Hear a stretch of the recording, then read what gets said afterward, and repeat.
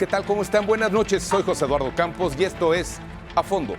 Hoy vamos a hablar de las distintas caras que nuestro país tiene. El México pujante, el México sumido en la pobreza, el México industrializado y el México olvidado de la mano ¿de quién? ¿De los políticos? ¿De los empresarios? ¿De los industriales? Hoy vamos a ver eso y más aquí a fondo. En un momento, comenzamos.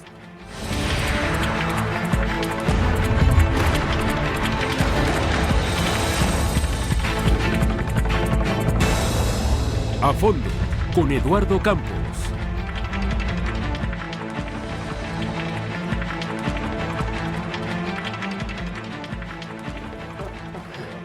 ¿Qué tal? ¿Cómo están? Gracias por estar con nosotros aquí. Y pues como le decíamos hace un instante, esto es A Fondo. Y vamos a conocer qué es lo que está pasando realmente con nuestro país y sus distintos rostros. Hemos escuchado en infinidad de ocasiones, seguramente usted lo sabrá, de lo exitoso que son grandes ciudades como Monterrey, como Guadalajara, como la propia Ciudad de México, y poblaciones como Juchitán, como Tijuana en la zona conurbada. En fin, vamos a ver qué es lo que está pasando con esto. Y tengo el gusto de que me acompañen en esta mesa precisamente para analizar y hablarnos de los distintos rostros de nuestro país, a gente que va a ver usted hoy qué interesante trabajo nos van a presentar. Primeramente, permítanme presentarles a Enrique Bojorquez. Él es un industrial, un hombre que arriesga su trabajo, su dinero, en bien de este país y, claro, busca hacer negocios. Enrique, bienvenido aquí. Aquí estamos y nos da gusto recibirte. Muchísimas gracias. Es un honor que me inviten a esta mesa y un gusto estar con ustedes.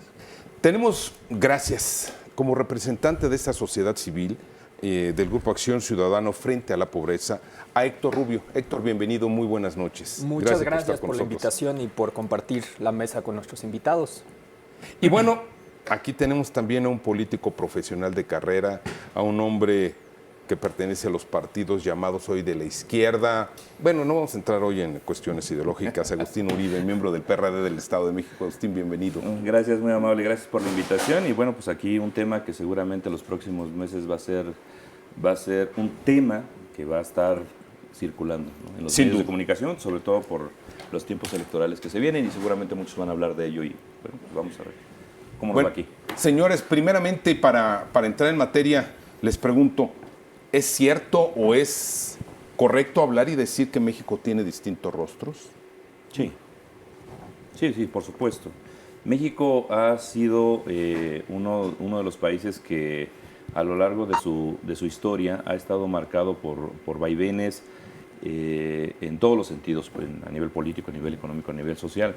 Las propias revoluciones la revolución que se hizo en la etapa de la dictadura de Porfirio Díaz, creo yo que a partir de ese momento se ha ido marcando muy perfectamente, digamos, dos rostros.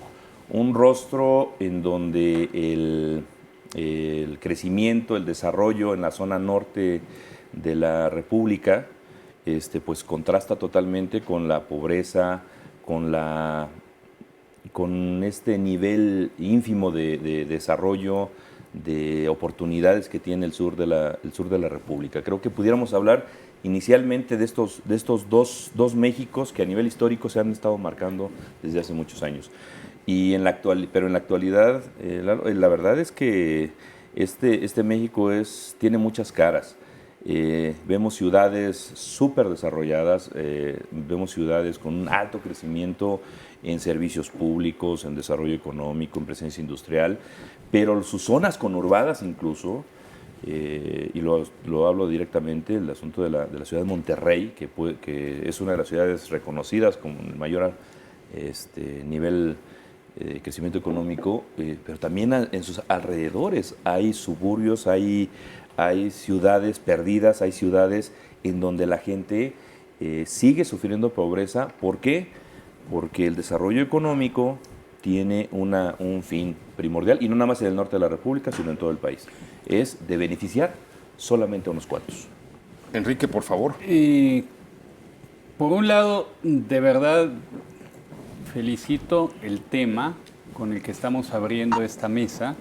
El año pasado, mi hija termina una maestría en la Universidad de Stanford y viene un grupo de estudiantes, hacen distintos durante los cursos a diferentes países, Sí.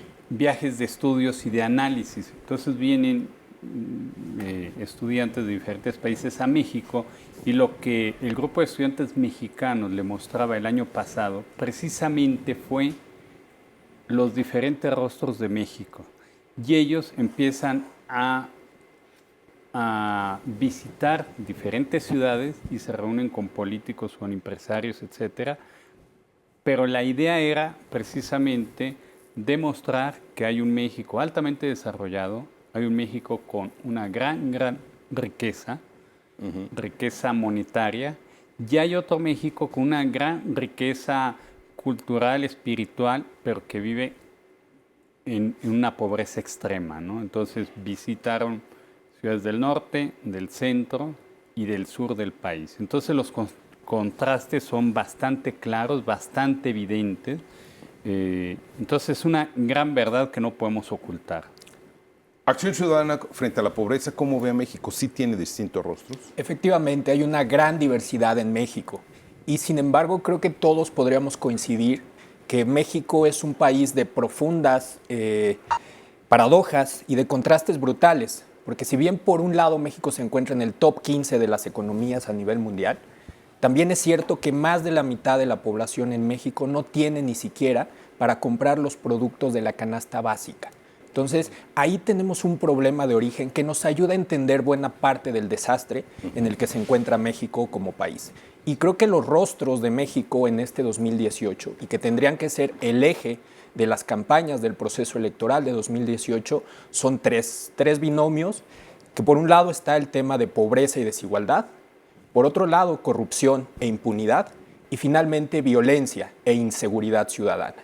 Si esos no son los temas que articulan el debate público de 2018, es decir, si las campañas, los partidos, los candidatos no nos dicen qué van a hacer y cómo lo van a hacer, podrán cambiar muchas cosas, pero este fondo, este contexto de desigualdad, de inequidades, de injusticia, no cambiará y va a condicionar el futuro de México. La pregunta entonces es, ¿quién es el responsable o cómo hemos llegado aquí? ¿Cómo hemos llegado a este país de múltiples rostros? Mira, yo creo que no podríamos asignar un responsable único, Lalo. Mira, en un estudio que se hizo el año pasado, son 10 estados que aportan el mayor número de pobres a la República Mexicana. Son 10 estados que tienen el 58.76% de la pobreza registrada en el periodo de 2014-2016. ¿Cuáles son estos estados? Chiapas, Oaxaca, Guerrero, Sureste. Veracruz, Puebla, Michoacán, Tabasco, Hidalgo, Morelos, el Estado de México. En todos estos estados habitan 32 millones, es lo que de mexicanos, y esta población es la afectada. ¿Quiénes gobiernan estos estados? Todos los partidos, ¿no? Porque se ha dado mucho en últimas fechas de responsabilizar a la clase política, digámosle así, de cómo está el país. No es la clase política. Nosotros hemos estado defendiendo a últimas fechas la visión de que no es solo la clase política, porque si fuera la clase política y unos partidos tuvieran la razón y otros partidos no, entonces los partidos que tienen la razón de poder hacer las cosas bien, pues sus estados de la República deberían de estar bien. ¿Cuál es el problema en realidad? Es el sistema económico que tiene el país y es el que hay que cambiar. Entonces los responsables son el grupo que representa a Enrique, parte de ellos. No, somos, ¿Qué? yo insisto, somos corresponsables, ¿no? Gobiernos, sociedad civil y empresarios. ¿Sí, Enrique? Pues mi punto de vista es que es la falta de Estado de Derecho, donde entra todo mundo, donde si queremos ponerle una o dos palabras es corrupción, es impunidad. Y claramente ahí entramos todos, políticos, empresarios, etcétera. Ese es el origen y lo que ha llevado a que en México se concentre más la riqueza, que la desigualdad en los últimos 25 años ha venido creciendo en vez de ir decreciendo, pero mucho es por el tema de la falta de Estado de Derecho. Aquí influye desde el punto de vista de Acción Ciudadana frente a la pobreza factores diversos, o ustedes han logrado detectar alguna causa o algunas causas principales? Totalmente, y creo que la visión que tenemos que adoptar como país, como sociedad y como actores pertenecientes de este conglomerado tiene que ser sistémica. Es decir, no hay una causa que cambiando o que arreglándola soluciona el desastre en el que está el país. No hay un culpable, si lo queremos ver así. Y analicemos algunos casos. ¿Qué pasa en Veracruz? ¿Qué pasa en Chihuahua? ¿El culpable es el Duarte de Veracruz o el Duarte de Chihuahua? Sí, pero no solo. Es el sistema el que permitió que Duarte en Veracruz y que Duarte en Chihuahua llegaran a ser gobernadores y abusaran de los recursos públicos, pero es el sistema. Entonces, ciertamente tiene que haber consecuencias hacia esos actores en donde efectivamente no aplicó el Estado de Derecho, y la exigencia ciudadana es que se aplique la ley a esos actores en particular. Pero tenemos que repensar el sistema social, y en ese sentido creo que hay un ejemplo brutalmente elocuente. Cedesol festejó el año pasado 25 años de existencia. Y si nos fijamos en la cifra de pobreza en 1992 y vemos la cifra de pobreza que nos acaba de dar a conocer Coneval, es exactamente la misma. Incluso ha crecido. Como si nada hubiera pasado, digamos, en términos porcentuales, más de la mitad de la población en 1992, como en 2016, vive en pobreza, con la gran diferencia de que son 10 millones de mexicanos más que día a día sobreviven en el abismo de la pobreza. En realidad ha aumentado la pobreza, Eduardo. Ha aumentado la pobreza. ¿Ha aumentado, Enrique?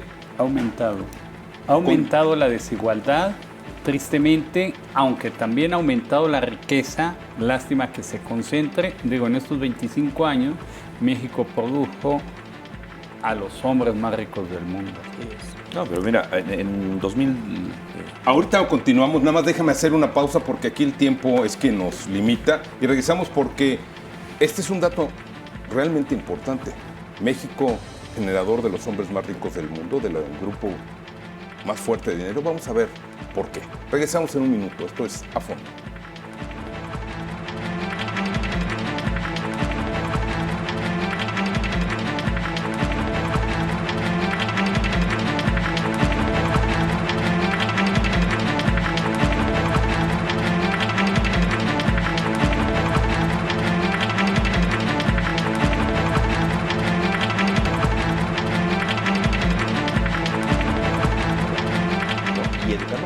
A ver, les pregunto, señores, las políticas sociales entonces nos han llevado a este aspecto de tener más pobres, pero por el otro lado también estas políticas sociales o estas políticas de gobierno han llevado a generar grupos empresariales o en unas cuantas manos que se concentre mucho dinero.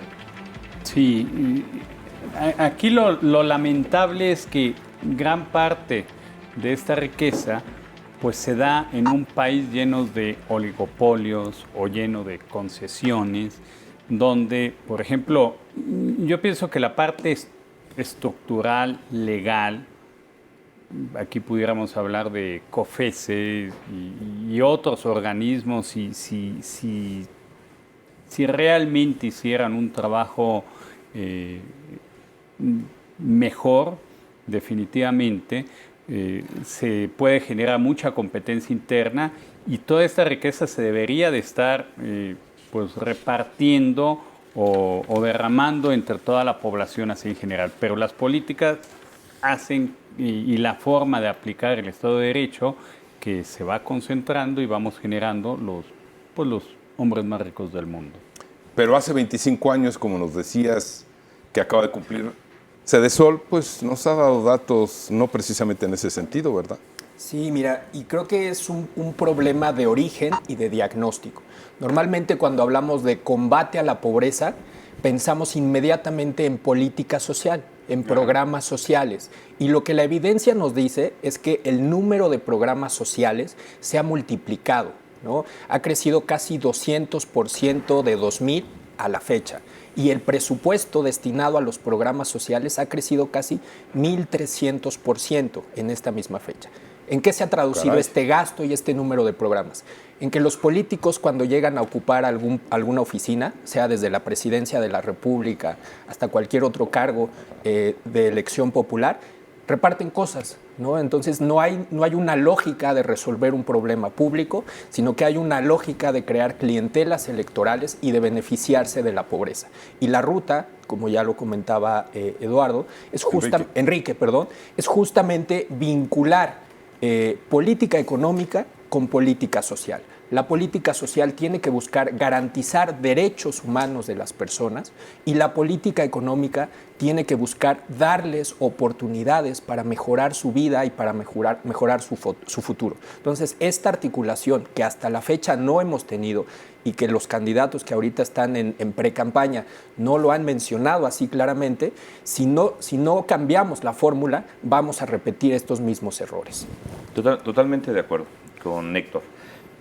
Las políticas de programas sociales, el Partido de la Revolución Democrática desde su creación empezó a generar esta propuesta de que esos programas sociales se mantuvieran bajo un esquema distinto, mientras que gobiernos anteriores marcaban de que esos programas sociales solamente beneficiaban a unos cuantos.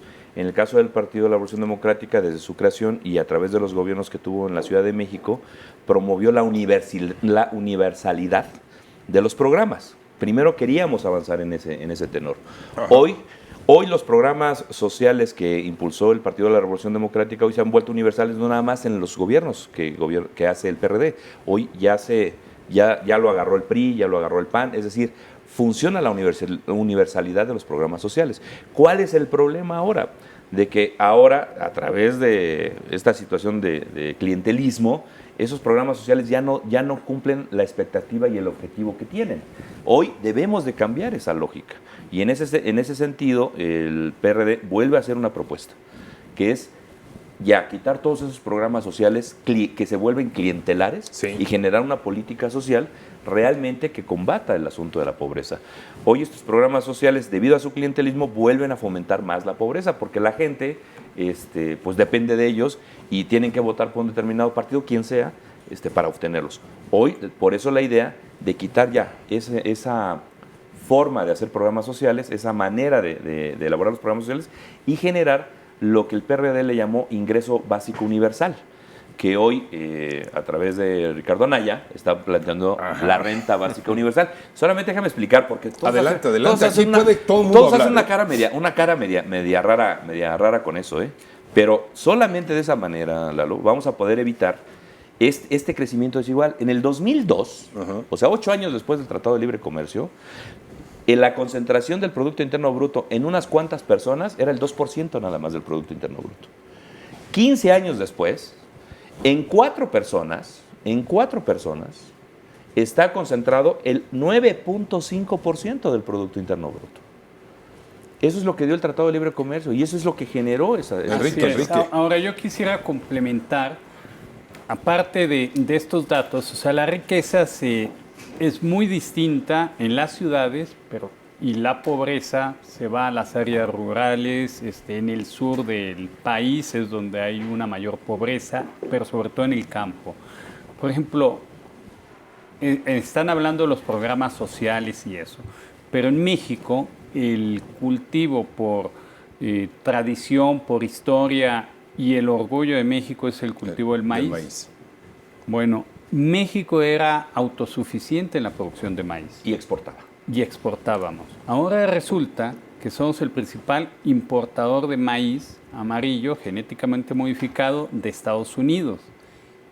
La producción de maíz se cayó brutalmente, pero yo digo, ¿por qué no emparejamos las condiciones de competencia? Esto es, está prohibida la siembra de maíz amarillo genéticamente modificado en México. ¿Por qué se permite la importación de ese tipo de maíz transgénico? Por el negocio. O que se permita en México, pero por el negocio de grandes empresas. Pero el campesino lo debemos de poner en igualdad de circunstancias. o le permite la siembra de maíz transgénico en México para que por lo menos pueda defenderse con la importación del maíz transgénico, o mientras esté prohibido en México, pues que se prohíba la importación. Mira, Lalo, ¿Para qué? Pues porque es libre competencia y para que la gente se arraigue en el campo y no tenga que salir a hacer otro tipo de cultivos o a emigrar. Esto que está comentando Enrique, Lalo, eso fue lo que el PRD estuvo defendiendo del 89 hasta el 93, en que se aprobó el Tratado de Libre Comercio. O sea, se les dijo a todos que el Tratado de Libre Comercio, que no estábamos en contra de abrir México a la economía mundial, sería una tontería con todo lo que se venía. O sea, hemos sido muy responsables en ese tenor. Lo que nosotros proponíamos es exactamente lo que está diciendo ahorita Enrique. O sea, primero generémosle las condiciones no solo a los campesinos, que fue el primer ámbito o el económico que iba a ser afectado. No, también a los empresarios, porque se iban a venir grandes empresas y iba a suceder lo que ya tenemos. Una concentración monopólica de diversos ámbitos de la economía, en donde los beneficiarios son unos cuantos nada más, ¿no? Y eso es lo que nosotros decíamos, preparemos a México primero. Y del otro lado, los grandes beneficiarios son los empresarios del cinturón del maíz, del Midwest, y ahora resulta que ellos son los que más nos están apoyando, pidiéndole a Donald Trump que no rompa el Telecam, porque ellos son afectados. Ellos son afectados porque son los más beneficiados de estas condiciones. Mejoremos las condiciones en México y pongámonos en igualdad. Y hablamos un poco, empezamos hablando de los rostros de México. Y creo que justamente en este contexto, en México, el rostro de la pobreza, por ejemplo, es un rostro de campo, ¿no? Es un rostro de mujer, es un rostro de jóvenes, de niños, desafortunadamente. El rostro del Estado de Derecho, hablábamos, o de la falta de Estado de Derecho. No es lo mismo enfrentarte a las instituciones como un ciudadano cualquiera, como los que estamos aquí, o enfrentarte a las instituciones, al sistema de impartición de justicias, que más bien parece sistema de impartición de injusticias, si eres amigo de un magistrado, si eres amigo de un presidente, de un partido político. Entonces, creo que justamente lo que tenemos que cambiar es ese sistema, empezar a desmontar esas prácticas que condicionan a las personas. Por ejemplo, no dándoles las mismas oportunidades a los empresarios en el marco de un tratado de libre comercio, que si hacemos una valoración, la pregunta fundamental es ¿quién ha ganado y quién ha perdido? ¿Y qué es lo que México tiene que ofrecerle al mundo? ¿Es solamente mano de obra barata? Porque parece ser que eso es lo que el gobierno de México le está diciendo a los mexicanos, a sus socios comerciales y al mundo. O más bien talento, creatividad, productividad. Así es. Es lo que está ofreciendo. No. Es lo que ha ofrecido Salinas de Gortari. Es lo que ofreció Ernesto Zedillo. Es lo que ofreció Vicente Fox. Es lo que ofreció Calderón. O sea, desafortunadamente lo que ofrece México al mundo es un mexicano al cual puedes venir, contratarlo por un salario que no alcanza ni para comprar la canasta básica, como bien lo dijo Héctor, y sin preparación. A ver, yo voy a diferir ahí un poquito porque sí creo y estoy convencido que al inicio la mano de obra mexicana era la mayor ventaja de competitividad que podíamos ofrecer al mundo. Eso ha venido cambiando y cada vez hay mano de obra más especializada, no barata, pero más especializada. Sí hay cosas buenas que se han venido dando otra vez en ciertas regiones. Por ejemplo, pues México se convirtió en una potencia productora, exportadora, pues de autos, y no es por la mano de obra, el tema de la industria automotriz. No, sí, ¿cómo no?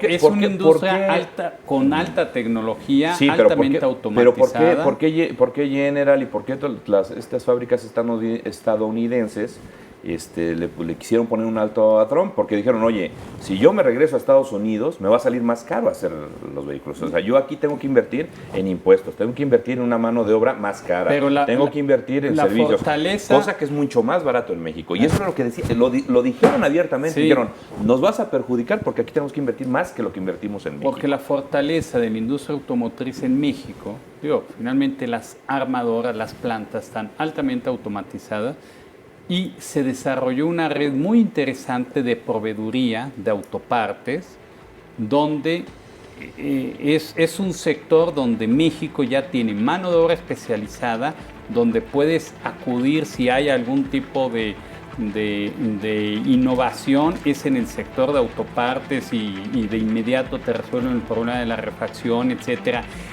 Llevarse las plantas de Estados Unidos implicará desarrollar todo ese sector también de autopartes dentro de Estados Unidos. O sea, no es nomás la pura armadora. Yo creo que en el tema automotriz, el que México se haya convertido en una potencia, esto es algo muy positivo definitivamente, aunque es inversión extranjera prácticamente, no es inversión mexicana, etcétera. Y no es la mayor ventaja la mano de obra porque cada vez la gente está más capacitada aquí. Pero por el otro lado, en general, o sea, por ejemplo, en la industria textil o habrá otros sectores donde sí está mucho más crítico el tema de la mano de obra. Pero yo pienso que hay que desarrollar. Para continuar políticas. eso, primero tenemos que hacer una pausa y regresamos aquí a fondo.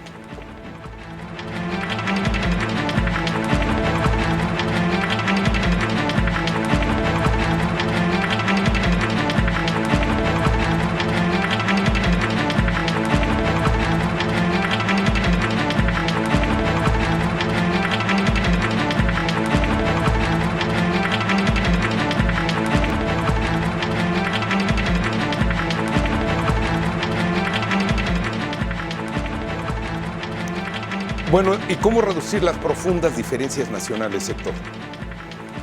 Creo que es parte de un objetivo país, ¿no? Nos lo tenemos que plantear como objetivo país y no como responsabilidad del gobierno, de los empresarios o de unos cuantos. O sea, como objetivo país, ¿cómo cerramos estas brechas en donde ha habido ganancias y esas ganancias se han quedado en pocas manos? ¿Cómo logramos que los niveles de ganancia sean mucho mayores, que haya más productividad, que haya más crecimiento económico, pero que sea un crecimiento económico incluyente? Porque ahorita esa división regional, si la queremos ver norte-sur, ¿no? O ciertos sectores que han crecido mucho, que se han especializado mucho, a diferencia de otros sectores como el campo, que se ha quedado en general rezagado, ¿cómo generamos una fórmula que logre combinar, por un lado, crecimiento, que necesitamos mayores niveles de crecimiento, pero por otro lado, redistribución? E insisto, es sistémico, no hay una receta, no hay un cambio de política pública, sino que nos tenemos que empezar a preguntar cómo aplicamos el Estado de Derecho en serio, para que la Comisión Federal de Competencia, para que telecomunicaciones en serio generen la competencia que dijeron que iban a generar, y eso, por ejemplo, se traduzca en más y mejores servicios para los mexicanos. Hablamos de educación, por ejemplo. Si nos comparamos con países como Corea, estamos muy lejos, o con otros países de la OCDE. Entonces tenemos que empezar a pensar cómo nos queremos ver en 5, en 10, en 15 años y trabajar para eso. Y hay un ejemplo muy claro. La política de vacunación a nivel nacional. Nadie se la cuestiona. Todos estamos de acuerdo en que necesitamos una política de vacunación para prevenir enfermedades en todos los niños. Llegue el partido que llegue, habrá una política de vacunación. Creo que hacia ese tipo de políticas tenemos que aspirar. Que México se comprometa en serio a pensar en eliminar la pobreza en 10 años, en 15 años. Y entonces que todos los recursos del Estado se orienten a esos objetivos país. Porque ahorita hay una fragmentación, una pulverización y no hay ni siquiera un acuerdo mínimo común que nos permita pensar en este tipo de objetivos país. Enrique, y entonces en esto déjame preguntarte algo con lo que está diciendo Héctor.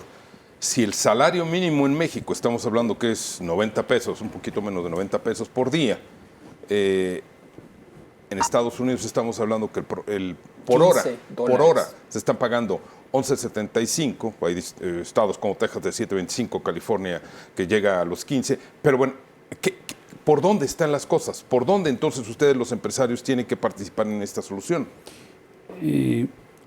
Yo coincido mucho con lo que está diciendo aquí Héctor, a nivel de que se deben de marcar objetivos países.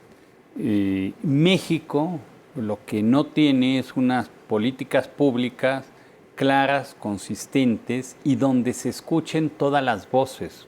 Esto pareciera que es un país gobernado por las grandes empresas, con los grandes líderes o políticos de este país, y no se escucha o no se va un poco más a fondo. Recientemente se están por ejemplo, haciendo esfuerzos, pero son esfuerzos que personalmente no creo que fructifiquen demasiado como para cambiar el escenario, pero es muy interesante en el tema las zonas económicas especiales, etcétera, ¿no?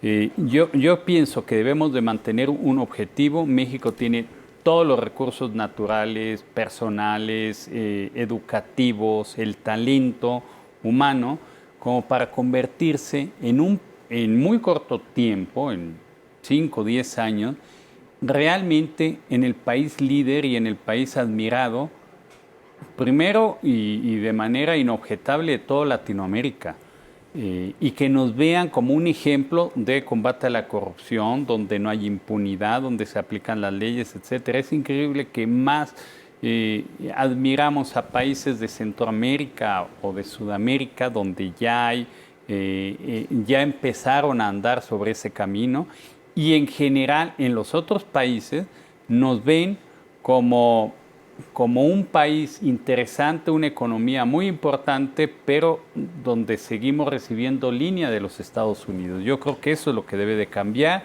y debemos de desarrollar estrategias regionales de más largo plazo.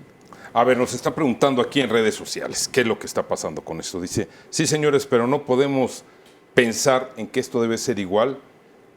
Tú hablabas ahorita del norte del país, que en el sureste, donde las condiciones políticas, económicas, sociales son totalmente diferentes. ¿Por qué no?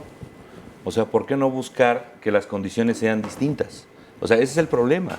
O sea, mientras está apoyando a este sector más cerca de Estados Unidos, precisamente para garantizar esto que estaba comentando Enrique, en el sentido de darle seguridad a los grandes empresarios para que no les cueste tanto trabajo en el transporte, ¿por qué no apoyar al sureste? En el sureste el problema básicamente es la falta de apoyo del campo. O sea, ¿por qué no pensar que debemos de generar las condiciones iguales? Ahora, tú preguntabas, ¿qué hacer para cambiar estas condiciones? Yo coincido mucho con Héctor y coincidimos con la sociedad en el sentido de que, y con los empresarios, en el sentido de que debemos de generar ya un Estado de Derecho en donde se respete la ley, se respete y no haya compadrazgos, no haya beneficiarios, no haya... Debemos de caminar en ese sentido, primeramente. En el segundo sentido es un régimen fiscal también justo, porque no se vale que los pequeños empresarios, que los medianos empresarios, que son en donde el Producto Interno Bruto descansa una gran parte, les cobres los impuestos mientras que se los perdonas a los grandes empresarios.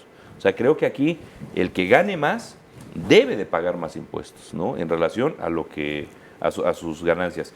Y en la otra, con estas dos garantías, Lalo, es decir, garantizar el respeto a la ley, que todos van a respetar el Estado de Derecho, que si hay alguna falla se va a ir a la cárcel, de que si hay algún intento de corrupción o chantaje o extorsión se van a ir a la cárcel, sea quien sea. Con eso le vamos a dar garantía a los empresarios de que va a haber una red de protección para ellos, para que ellos puedan crecer, pero también es una responsabilidad de ellos. Estado de Derecho, como decías. Aumentar el salario mínimo.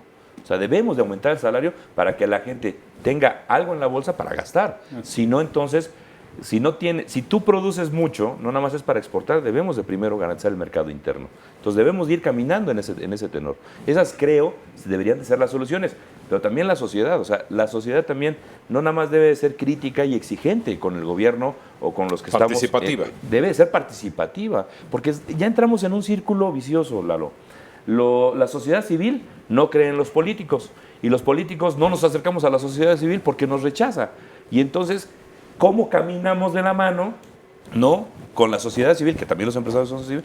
¿Cómo caminamos de la mano, no, si no tenemos esta apertura? La falta de confianza no solamente la hemos generado los políticos, ya no nos acercamos porque la sociedad civil dice ya no queremos nada con ustedes. Pero entonces, ¿con quién?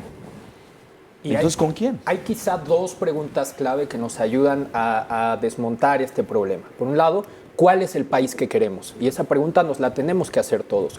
¿Cuál es el país que queremos? Nosotros desde Acción Ciudadana frente a la pobreza decimos un país con igualdad de oportunidades para todos, no importa el código postal en el que hayas nacido, si naciste en Oaxaca o en Chiapas o en Guerrero o naciste en Nuevo León, en Coahuila, en Sonora. Queremos un país con igualdad de oportunidades para todos, sin privilegios y sin corrupción. Y la otra pregunta clave es, ¿qué está en juego en 2018? En otras palabras, ¿cuáles son los factores que probablemente decidirán el resultado de 2018? Y ya no es solamente una batalla, una pelea por el acceso al poder, sino es en realidad otro factor que está detrás y es más importante, el ejercicio del poder. Y ahí necesitamos una sociedad presente, no solamente para ir a votar, sino una sociedad exigente, que vigile y que acompañe el ejercicio del poder. Y creo que el antecedente más claro es el que tenemos en la presente administración. ¿Qué hacer cuando la personificación misma de la corrupción está en el poder? Yo quisiera nada más completar con algo que nos ha transformado en México, que es el tema del cinismo. O sea, nos debemos de quitar ese cinismo. ¿Por qué? Porque ahora la corrupción se hace pública con las redes sociales, con la tecnología y todo eso. Estoy hablando tanto pública como privada. Pero es tal el grado de impunidad que si la corrupción me beneficia, pues es porque me lo merezco, por mis contactos, porque soy inteligente, etcétera. Y si no me beneficia, entonces sí la acuso, etcétera. Pero de todas maneras nos terminamos volviendo cómodos, no vamos más allá, porque sabemos que vivimos en un país donde no se aplica el Estado de Derecho. Entonces es una especie de cinismo. Déjame preguntarte algo de manera concreta. Sé que tú como industrial tienes una planta en el Bajío. Así es. Sé que tienes una planta aquí en el Estado de México, una en planta azucarera más en Monterrey. ¿Es la misma realidad que vives en estas tres plantas? Curiosamente, que también qué pregunta tan interesante. Cada una de esas plantas son completamente distintas, no nomás en el tema de la tecnología y de la forma de manejar cada una de esas plantas, pero sobre todo en el personal, la gente, el involucramiento que tenemos en cada una de estas plantas, ¿no? O sea, hay definitivamente gente del Estado de México. Que no se parece a la de Monterrey, a la de Nuevo León. Pero para nada se parece a Monterrey, y no se parece y son completamente diferentes, por ejemplo, a la del Bajío. Y nuevamente, mi única conclusión es que por todos lados, en México, a pesar de estos distintos rostros de pobreza o riqueza y impunidad y de todo lo que... En todos lados hay gente muy buena, eso sí. No, eso es lo que yo pudiera concluir. Y eso es lo que a uno como empresario le termina... Hay veces cuando, sobre todo cuando los problemas son más fuertes, dices, híjole, tienes ganas de tirar el arpa, pero ves a la gente y ves esa ilusión y la bondad y las ganas de salir adelante, que dices, no te lo puedes permitir. Hay esperanzas en un buen México, ¿no? Sucrolic es el nombre de tu empresa dedicada a la industria azucarera. Así es. Nosotros, pues todo es una tecnología que desarrollamos y patentamos a nivel mundial. Tenemos el Premio Nacional de Tecnología y pues orgullosamente tratando de hacer cosas diferentes que beneficien pues tanto al desarrollo del sector como al campo. Te preguntaba esto por algo que acaba de decir ahorita Agustín, y con esto me gustaría ir al corte. ¿Te has logrado adaptar con tu empresa a las distintas idiosincrasias estatales? ¿Es posible que un empresario tenga esa posibilidad de desdoblarse y adaptarse a cada realidad estatal? El otro día le hicieron una pregunta similar a don Guillermo del Toro, el director de La Forma del Agua, y él dijo, se me hizo curioso, sí, porque somos mexicanos. Así es. Somos mexicanos. Regresamos en un momento.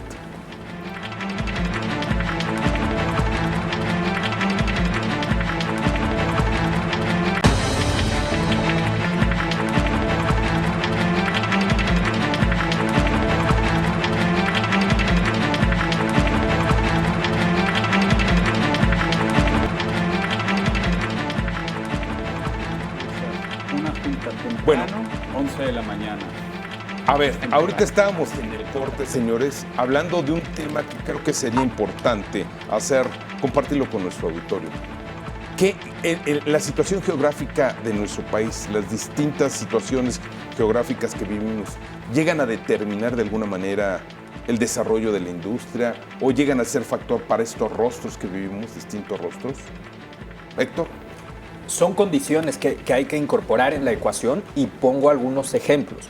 Los ríos en Estados Unidos son ríos caudalosos que permiten el transporte de mercancías. Los ríos en México no tienen esas mismas características. Entonces, mientras en Estados Unidos históricamente permitieron e incentivaron el comercio, en México se han presentado como un reto que hay que resolver. Por otro lado están temperaturas o clima, ¿no? Entonces, son factores que hay que incorporar en la ecuación, pero creo que nos ayudan a pensar y a desmentir esta idea de que origen es destino. Porque México es un país muy rico en diversidad, en recursos naturales y sin embargo, como decía al inicio de la conversación, más de la mitad de su población vive en condiciones de pobreza. Y entonces, como país, no hemos logrado incorporar de manera positiva todos estos factores para generar crecimiento y desarrollo sustentable. Y lo vemos, por ejemplo, con los grandes proyectos de mineras o grandes proyectos de turismo que tienen afectaciones al medio ambiente.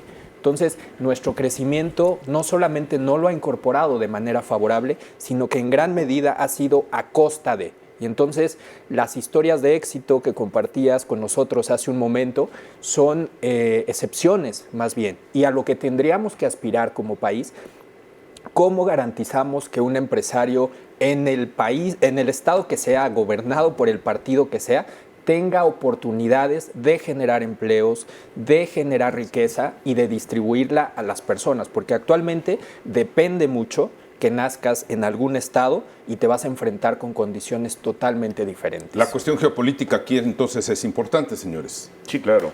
Sí. Yo lo que quiero plantear, un poco complementando lo que está comentando Héctor, es en el sentido de que México, de ser un país productor, de ser un país que exportaba, de ser un país sustentable hacia el interior y de hacer exportaciones en materias primas y sobre todo el sector primario, se ha quedado ya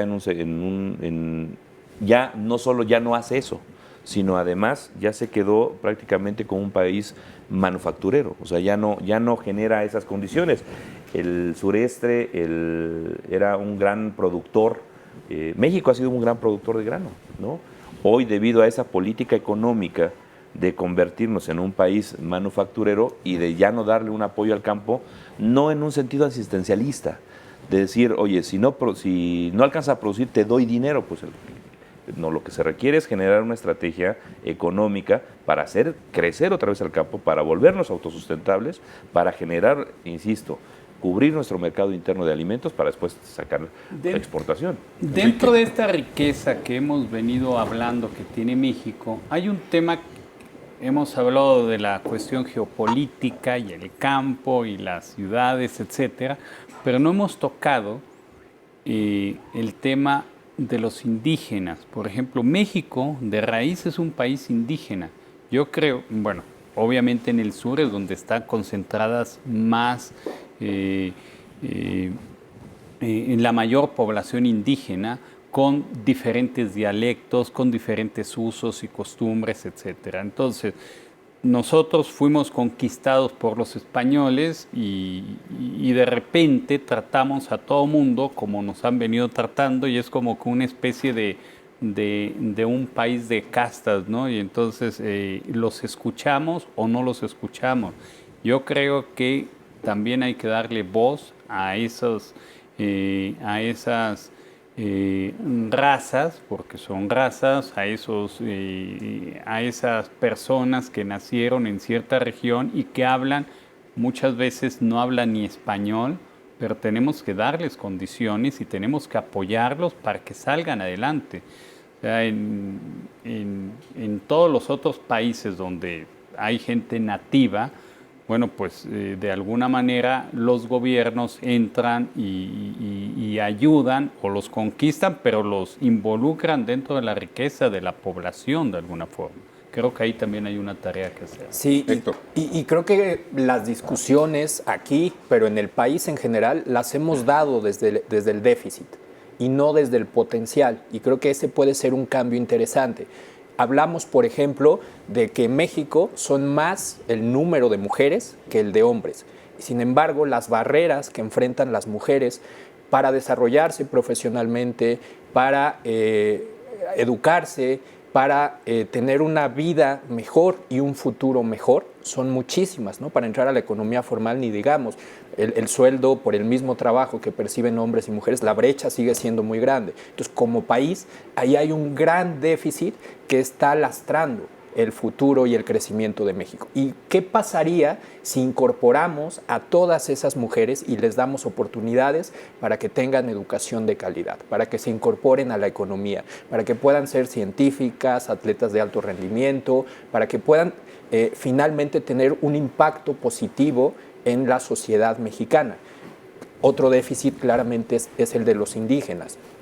Otro déficit es el de los jóvenes, ¿no? Todavía seguimos pensando que somos un país joven, no lo somos como lo éramos en los 90s, y ese bono demográfico se va a convertir muy rápidamente en un pagaré que no vamos a estar en condiciones de pagar. Entonces, creo que podríamos empezar a invertir la pregunta y empezar a plantearlo desde el potencial. Y insisto, eso se alinea a cuál es el país que queremos, cómo logramos eso, cómo llegamos hacia allá. Y entonces, cómo desmontamos cuando se hace la crítica, por ejemplo, al sistema o al sistema capitalista.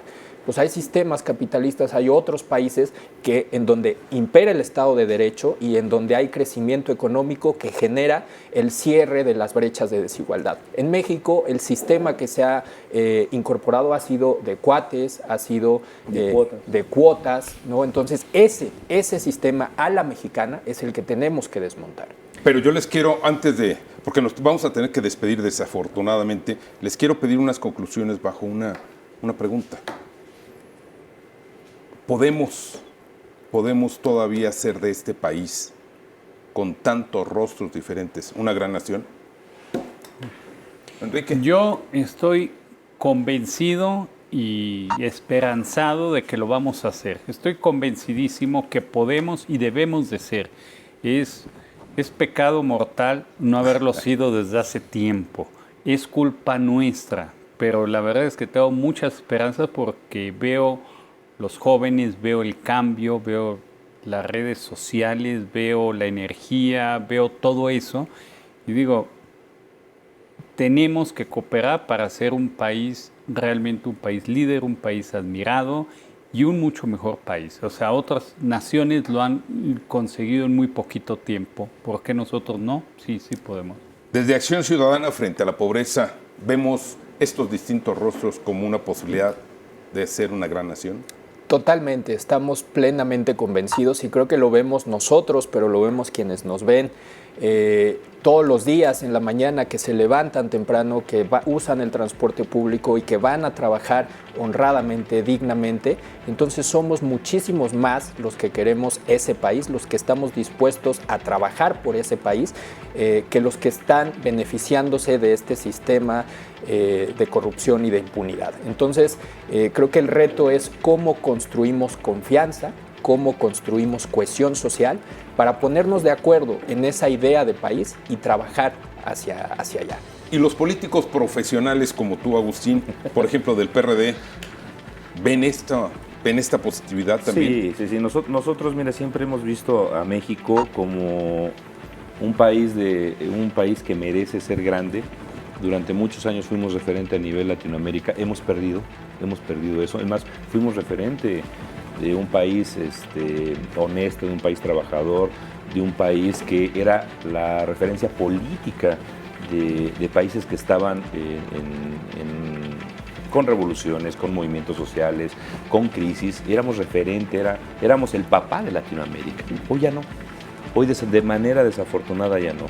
Y no es por culpa del mexicano que sale a trabajar, como dice Héctor. O sea, no es culpa de ese mexicano. Es culpa de esta forma de ver a México como un botín, ¿no? Como un lugar en donde se puede explotar